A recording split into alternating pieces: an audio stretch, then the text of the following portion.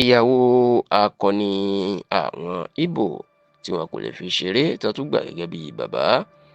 ìyẹn olóògbé Dame Chukwuemeka Ojukwu. Arábìnrin Bianca Ojukwu là ń sọ nípa ẹ̀ o. Ó mà ti sọ̀rọ̀, ó sì ti tú àṣírí wípé láìpẹ́ láì jìnnà ìní ààrẹ Bọ́lá Ahmed Tinubu yóò fi gbajúgbajà ajìjàǹgbara fúnmìnira ilẹ̀ Ìgbò ní ìyẹn Biafra Nation ọ̀gbẹ́ni Nnamdi Kanu ni yóò fi sílẹ̀. Bẹ́ẹ̀ lobìnrin náà jẹ́ kó di mọ̀ pé bí ààrẹ Bọ́lá Ahmed Tinubu bó bá lè fi Nnamdi Kanu sílẹ̀, yóò jẹ́ kí ètò ààbò ilẹ̀ Ìgbò tó mẹ́hẹ lásìkò yìí, yóò jẹ́ kí ètò ààbò náà kó dára padà lọ́wọ́ kan. Kì í ṣe ìròyìn mọ́ pé láti bí ọdún bíi méjì sẹ́yìn ìní ìjọba orílẹ̀-èdè Nàìjíríà lábẹ́ ààrẹ àná ajagunfẹ̀yìntì Muhammadu Buhari ni wọ́n ti gbé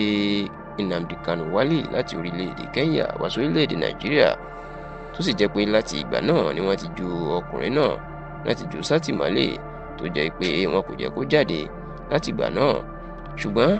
ọ̀pọ̀ àwọn ọmọ Ìgbò, pàápàá àwọn alẹ́nulọ́rọ̀ àti àwọn alágbára ilẹ̀ Ìgbò, iná ti ń sọ̀rọ̀ tó ti ń bẹ ààrẹ Bọ́lá Ahmed Tinubu pé kó jọ̀wọ́ kó bá wọn tú Nnamdi Kanu sílẹ̀, kó sì jẹ́ kí ó máa lọ, nítorí pé látìgbà tó ti wà ní àtìmọ́lé ìní ètò ààbò ilẹ̀ Ìgbò ló ti dàrú, tó jẹ́ pé ní wọ́n jiyàn gbé, ọ̀la wọ́n pààyàn nípakúpa inú ìṣẹ̀lẹ̀ ní ilẹ̀ Ìgbò. Ọ̀pọ̀ àwọn èèyàn lórí àwọn gómìnà náà sì ti fẹnu sọ̀rọ̀ Nnamdi Kanu tán ní àwọn tí ń bẹ Tinubu láti fi sílẹ̀, àti pé láìpẹ́ láì jìnnà ni yóò padà fi Nnamdi Kanu sílẹ̀. Ṣùgbọ́n nígbà tó ń sọ̀rọ̀, ìyàwó Ojukwu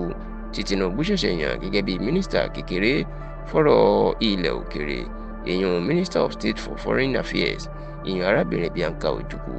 ìlú náà má sọ̀rọ̀ lórí ọ̀rọ̀ Nnamdi Kanu lọ́jọ́ ìṣẹ́gun ní ọjọ́ Tuesday tá a wà nú ẹ̀ yìí, tí í ṣe ọjọ́ 26 oṣù kọkànlá di 26th of November 2024. ìní Bianca Ojukwu ló máa sọ̀rọ̀ ẹ̀ nílùú Òwèrè, ìyẹn ní ìpínlẹ̀ Imo, lásìkò tí wọ́n ń ṣe ayẹyẹ ìrántí ọdún 13 ikú ọkọ ẹ̀ olóògbé Dame Chukwuemeka Ojukwu. Nígbà tí Bianca Ojukwu ń sọ̀rọ̀, ó ní akọni tí àwọn ọmọ Ìgbò tó fẹ́ràn púpọ̀ ìní Nnamdi Kanu,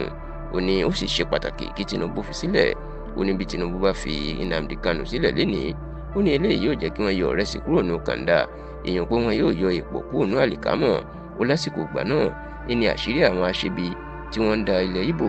ó ní àgbà náà ní àṣírí wọn yóò máa tú tí wọ́n bá ti fi Nnamdi Kanu sílẹ̀. Bianca Ojukwu wá jẹ́ kó di mọ̀ pé pẹ̀lú bóun náà ṣe ti wà nínú ìjọba Tinubu báyìí, òun yóò lo gbogbo agbára òun àti gbogbo nǹkan tóun mọ̀ láti fi bẹ Tinubu àti láti fi bá a sọ̀rọ̀ pé kó yọ̀ǹda Nnamdi Kanu kó fi sílẹ̀ látìmọ́lé, nítorí pé yóò jẹ́ kí ètò ààbò ilẹ̀ Ìgbò yóò jẹ́ kó yàtọ̀, nǹkan yóò sì dá dáadáa níbẹ̀.